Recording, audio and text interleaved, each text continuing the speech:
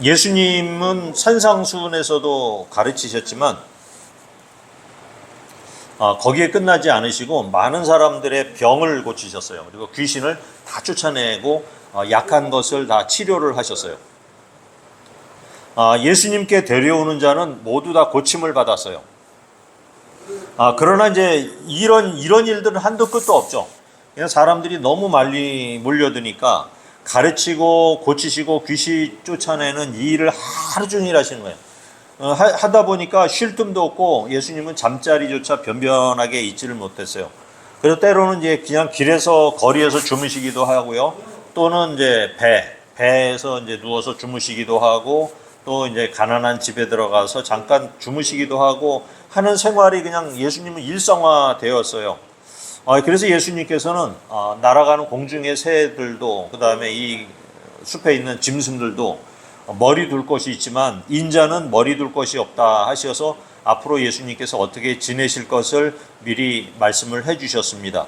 10장 1절인데 같이 읽어볼까요? 시작. 예수께서 그 12제자를 부르사 더러운 귀신을 쫓아내며 모든 병과 모든 약한 것을 고치는 권능을 주시니라. 예수님께서는 이제 이런 사역을 하시기 위해서 12제자를 부르셨어요.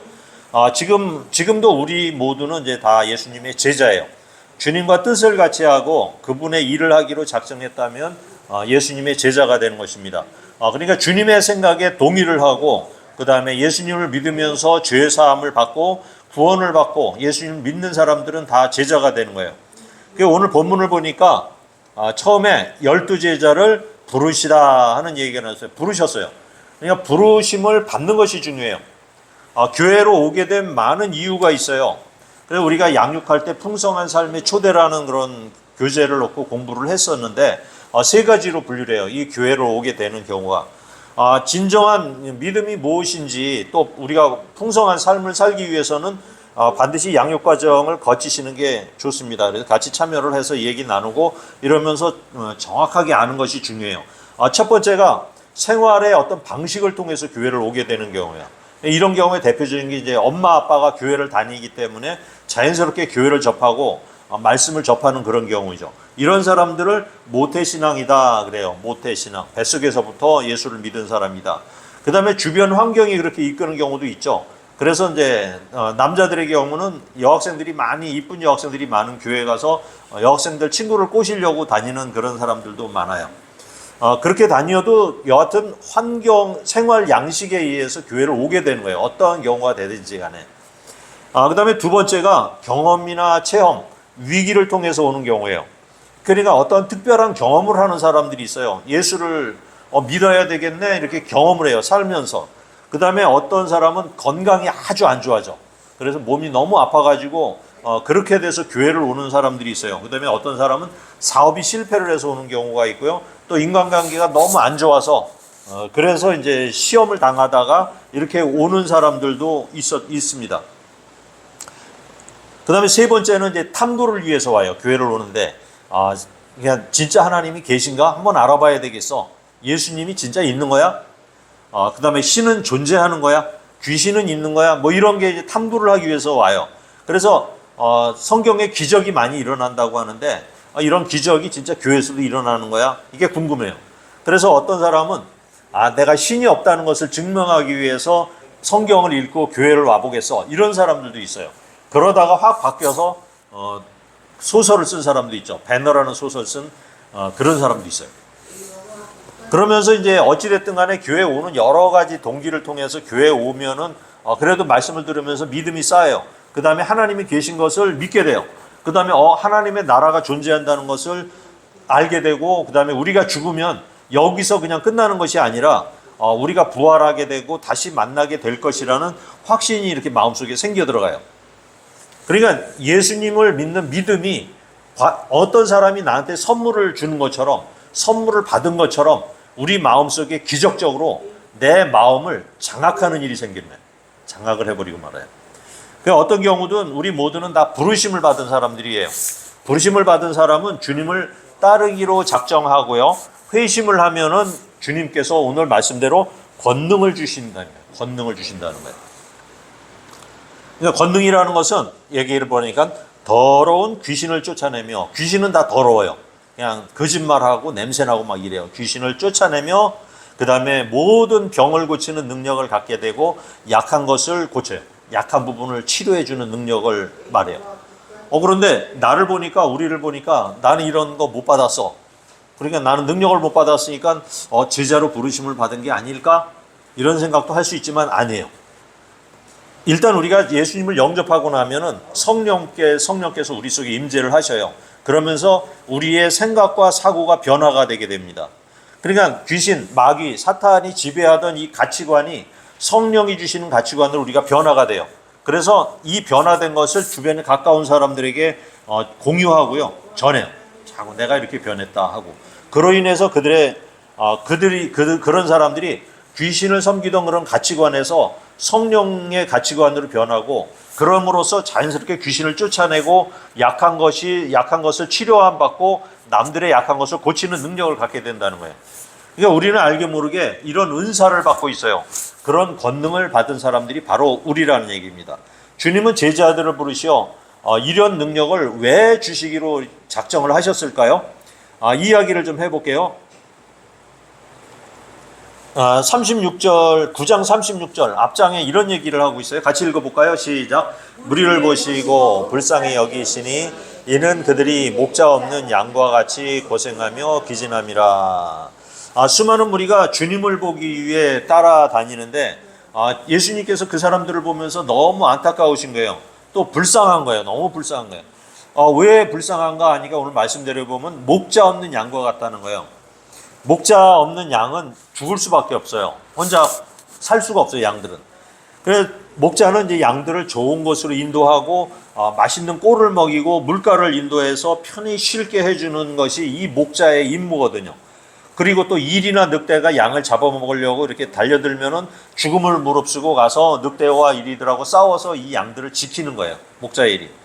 이런 일을 하라고 이스라엘에는 이제 제사장 세우고 백성의 지도자를 세우고 대통령도 세우고 그 다음에 재판관들도 세웠는데, 그들이 목자의 임무를 하는 것이 아니고 오히려 백성의 피를 빨아먹는 존재가 되고 자기들의 배만 불리고 마는 거예요. 기회가 되면은 땅을 더 사서 영토를 넓히고 돈을 많이 모아서 저축을 하고 좋은 집, 맛있는 음식을 먹으면서 그 벌어놓은 돈으로 자손들에게 되물림을 해주는 거예요. 그러니까 백성들은 항상 가난하고 배고프고 병에 걸려도 돈이 없어 치료를 못 받고 약해질 수밖에 없는 상황이 계속 되고 있던 거예요. 그래서 주님이 보시기에 이 백성들이 고생하고 기진하다고 이렇게 말씀을 하시는 거예요. 그래서 구약의 3대 절기가 있는데요. 항상 이제 구약의 3대 절기처럼 풍성하고 풍요로움을 만들어야 하는데 율법이 안 지켜지는 거예요. 우리도 명절 때문에 맛있는 것도 많이 먹고 선물도 많이 들어오고 또 이렇게 친척들이 오면은 용돈도 주고 그러잖아요. 그러니까 우리의 삶이 그렇게 살아야 되는데 그렇게 안 된다는 거예요. 그래서 구약 이스라엘의 3대 절기는 뭐냐면은 유월절, 칠칠절, 장막절. 다 기억나시죠? 유월절, 칠칠절, 장막절이에요. 유월절은 초실절이라고도 그렇게 얘기를 해요. 무교절이라고도 얘기하고 요때 밀 추수가 처음 시작이 돼요. 겨울 내내 이제 밀 했던 거 처음 거두는 때가 요때예요. 그 다음에 칠칠절은 이날부터 77이 49일. 그러니까 그 다음 날은 50일째예요. 77절이라고 해서 이제 오순절, 맥주절이라고 해요. 이때가 보리를 추수해요. 그 다음에 장막절은 초막절이라고 해서 추수절 이렇게 얘기를 해요. 가을에 이제 추수를 하고 이제 창고에 다 모아들인 다음에 겨울 안식에 들어가는 그런 절기예요. 이 세 절기를 위해서 이제 하나님께서 역사를 하시는데 초실절에 무슨 일이 일어났냐면 예수님이 십자가에 돌아가시고요, 죽으시고 이날 부활하셨어요. 초실절에.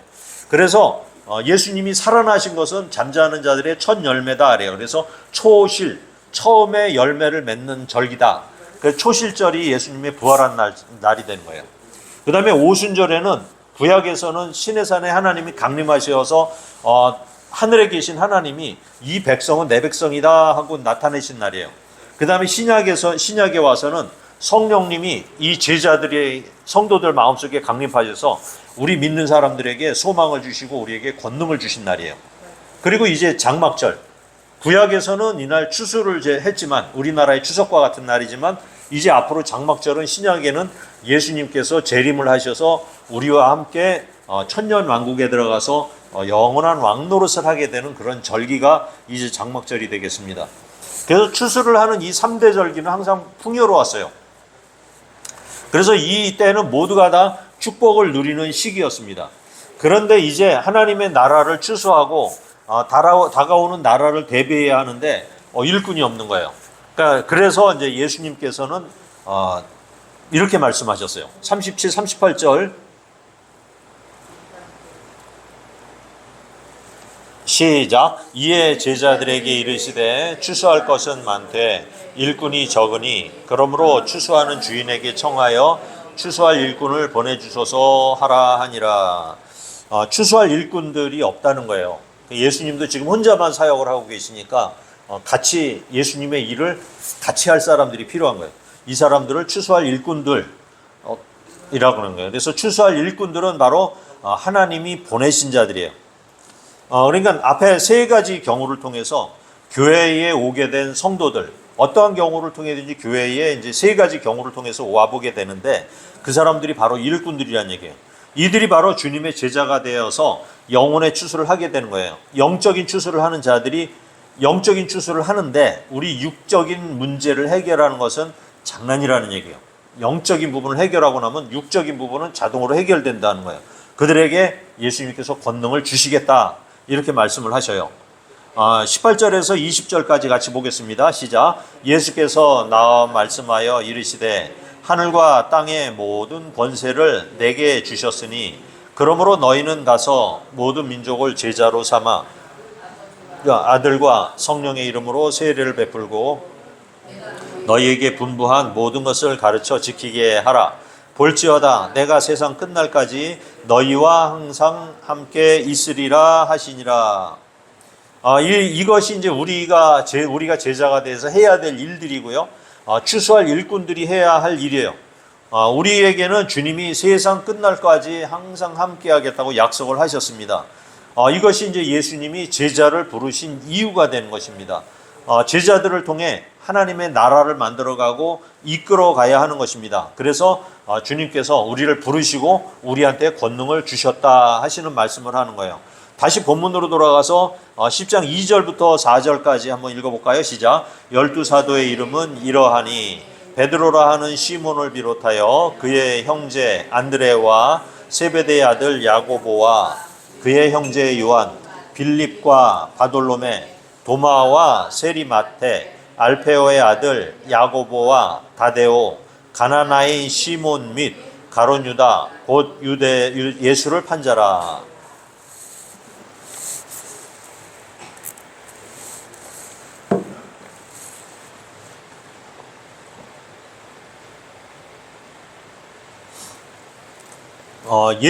오늘 성경을 보니까 12사도를 짝을 이루어서 기록을 해요. 이들이 아마 이렇게 짝을 져서 두 사람씩 가서 전도하고 능력을 행한 것이었던 거예요. 베드로라는 시몬과 형제는 그의 형제 안드레, 이들은 둘은 형제예요. 아마 서로 잘 알기에 전도를 하면 효과가 있으니까 예수님께서 이렇게 짝을 이루신 것 같아요. 그 다음에 세베대의 아들 야고보와 그의 형제 요한, 이들도 형제지간이에요. 형제지간은 아무래도 이렇게 잘 통하겠죠. 어디 가면은. 그 다음에 빌립과 바돌로메는 빌립이 바돌로메를 전도해서 주님께 데려왔어요. 그래서 바돌로메는 나다나엘이라 하는 이름도 따로 갖고 있어요. 그 다음에 다음은 도마와 세리마테라고 기록을 하고 있어요. 도마는 예수님이 부활하셨는데 부활하시고 난 다음에 다른 제자들이 예수님 부활하셨다 이렇게 얘기하니까 도마는 못 봤는데 자기가 예수님 뚫어진 손바닥에 이렇게 손가락을 넣어보고 옆구리 창자국을 내가 직접 만져보지 않으면 못 믿겠다 이렇게 얘기하는 그런 실용주의자예요. 실용주의자. 확인해야 믿는 사람이. 그래서 이런 사람은 이제 확실한 증거를 요구를 하고 나면 그 증거가 사실이다 그러면 목숨도 내어놓는 사람이에요. 목숨도. 이런 사람도 제자 중에 있는 거죠.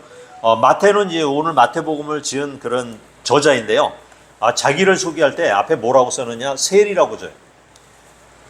당시에 세리와 창녀는 같은 등급으로 취급한 당시 상황.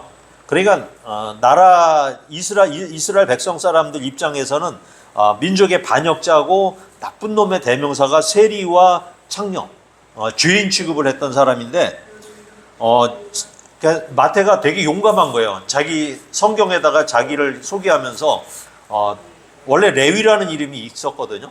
레위라는 이름을 있는데 레위인 마태다 이렇게 쓰지 않고 세리인 마태다 이렇게 씁니다. 되게 용감한 사람이에요. 그러니까 자기는 이런 치욕적인 직업을 갖고 천대를 받아오며 살아오던 자인데 주님이 나를 구원하시고 용서했다는 것을 남들한테 자꾸 얘기를 하는 거예요. 나 같은 사람도 주님이 구원하셨다 이 얘기를 하는 거예요. 도마와 마태 두 사람 다 실용주의자예요. 그러니까 확실하면 예수님이 진짜 하나님이면 죽음을 각오하고 예수님을 믿는 그런 충성된 사람이에요. 충성파라고 보면 되겠어요.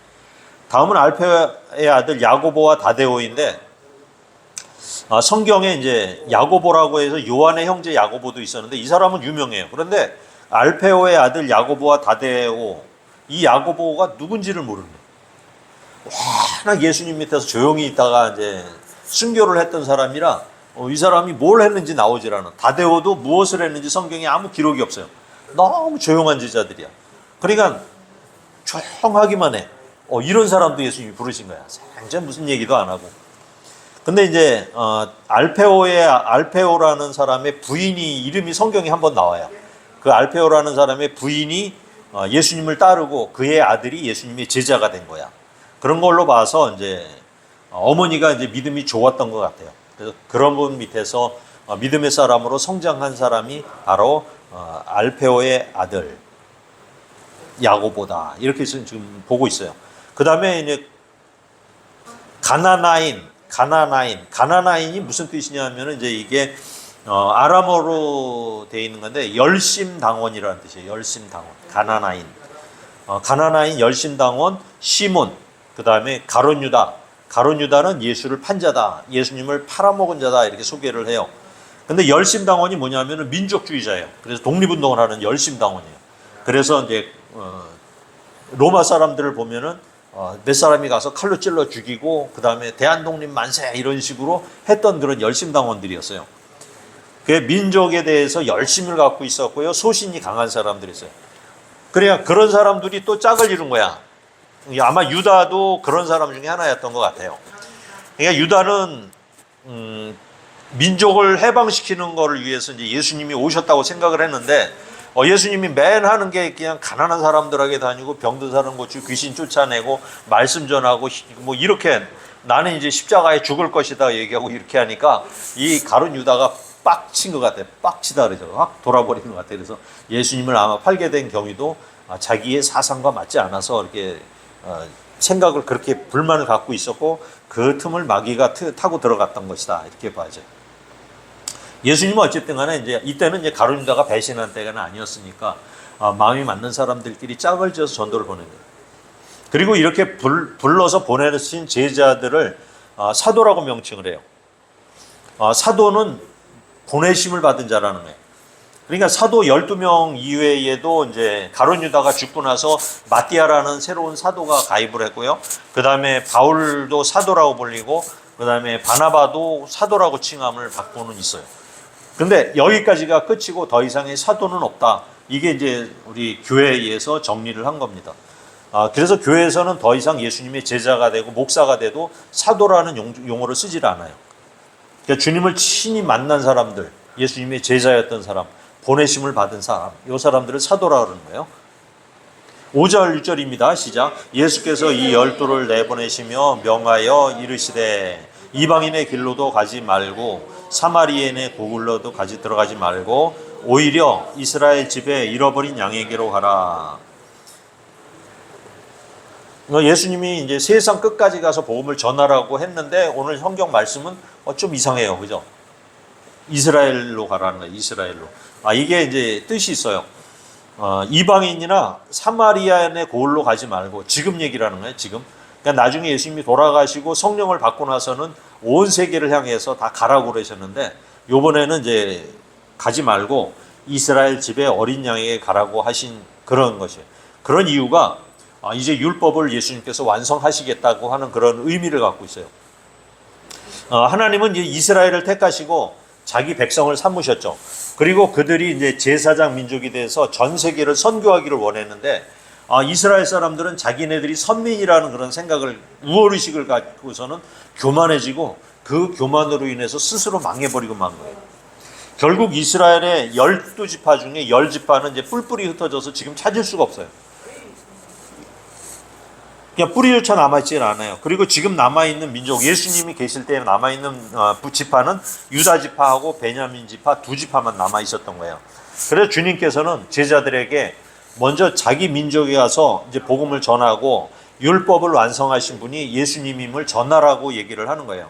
그래서 12지파, 구약의 12지파가 완성이 안 됐는데 예수님의 제자 12를 통해서 12제자를 통해 이루어졌다 하는 것을 이제 알리라는 그런 의미에서 이스라엘에 먼저 전도하라는 거예요. 그래서 이것이 먼저 이스라엘의 잃어버린 양에게 가라 하시는 그런 의미가 되겠습니다. 7절을 볼까요? 시작. 가면서 전파하고 말하되 천국이 가까이 왔다 하고. 여러분들은 어떻게 전도를 하죠? 우리 예수 믿고 천당 갑시다 이러죠. 예수 믿고 천당 갑시다. 그런데 예수님은 어떻게 하라고 그랬죠? 천국이 가까이 왔다. 내가 천당 가는 게 아니라 천국이 나에게 가까이 왔다고 얘기를 하는 거예요. 그러니까 우리도 이제 개념이 좀 달라져야 돼요. 천국이 가까이 온 거예요. 예수님께서도 처음 이렇게 막 사역을 하시면서 전하신 말씀이 회개하라, 천국이 가까이 왔느니라 이렇게 얘기를 하셨어요. 천국은 우리가 죽어서 가는 장소는 맞아요, 그죠? 우리가 죽으면 이제 천국에 가요. 그런데 가기는 하지만 예수님이 말씀하신 천국이 이미 세상에 와 있다는 거예요. 천국은 두 가지가 있죠. 첫 번째, 안 잊어버리셨죠? 첫 번째, 이미 와 있는 천국, 그 다음에 또 하나, 아직 오지 않은 천국, 두 가지. 주님이 오시면서 이미 천국은 왔어요. 우리의 마음속에 이미 와 있는 거예요. 이것을 마음의 천국이라고 해요. 주님이 다스리는 나라가 천국이에요. 하나님이 다스리는 나라가 하나님의 나라예요. 그래서 하나님이 어디를 다스리고 내 마음을 다스리면은 내 마음이 하나님의 나라, 천국이 되는 거예요. 우리가 예수님을 믿고 세례를 받으면 성령이 임하시고 그분의 통치가 내 속에서 이루어지는 거예요. 이것이 마음의 천국이라는 얘기예요. 그리고 우리 한 사람 한 사람이 다 마음의 천국을 다 갖고 계시잖아요. 우리는 교회예요. 한 사람 한 사람이 다 교회고 천국을 갖고 있는데 이 사람들이 다 한 사람 한 사람 모인 곳, 이곳이 바로 또 교회를 이루어요. 교회가 연이어 교회를 이루어요. 그 다음에 한 사람이 이 교회가 돼서 모인 이곳이 바로 천국이에요. 교회 천국이라는 거예요. 교회 천국. 그래서 주님께서는 두세 사람이 모이기만 하면 그곳에 내가 함께 있겠다 이렇게 말씀을 하시는 거예요. 교회는 그러니까 건물을 얘기하지 않아요. 이렇게 건물을 지어놓은 곳을 교회라고 얘기를 하지 않고 여기서 예배를 드리기 때문에 엄밀한 얘기에서 교회가 아니라 예배당 이렇게 불러야 맞는 것이죠. 진정한 교회는 주님의 교회를 이제 마음에 간직한 우리 성도들의 모임. 그냥 어디 모여도 상관없어요. 길거리에 모여도 거기가 교회가 됩니다. 교회라고 부르는 거예요. 우리 모두는 이제 한 사람 한 사람이 각자 교회가 돼서 이제 공동체를 갖게 되고요. 교회 천국을 이루어 가야 되는 거예요. 우리 모두가 다 그건 노력을 해야 돼요. 마찬가지로 우리는 또 가정 천국을 이루는 걸 위해서 열심히 노력을 하셔야 됩니다. 사회에서도 주님이 불쌍히 여기는 많은 사람들을 교회로 이끌고 또 그들에게 하나님 말씀을 전함으로써 천국의 생활을 할 수 있게 만들어야 돼요. 이거는 이제 사회에서 천국을 이루어야 되는 거죠. 그런데 이 지상의 교회는 이 땅에 있는 교회는 한정적이에요.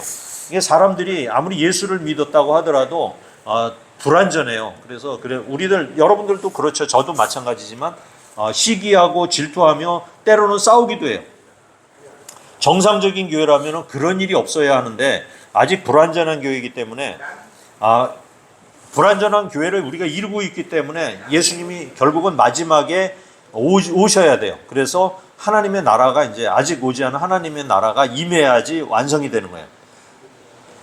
그래서 이런 불완전함 속에 우리가 주님을 믿고 성령을 의지해서 주님의 재림과 함께 다가올 하나님의 나라를 준비하며 사는 삶이 지금의 삶이에요. 그래서 우리 기독교인들은 경건하게 살아야 되고 착하게 살아야 되고 이렇게 살 수밖에 없는 거예요. 이것이 뭐 이미와 아직의 하나님의 나라의 의미입니다. 그래서 이런 믿음의 사람들은 이런 일을 해야 돼요. 우리가 성경을 읽으면 다 알 수가 있으니까 제가 성경 구절을 필 때 같이 읽어보세요. 시작. 병든 자를 고치며 죽은 자를 살리며 나병한 자를 깨끗하게 하며 귀신을 쫓아내되 너희가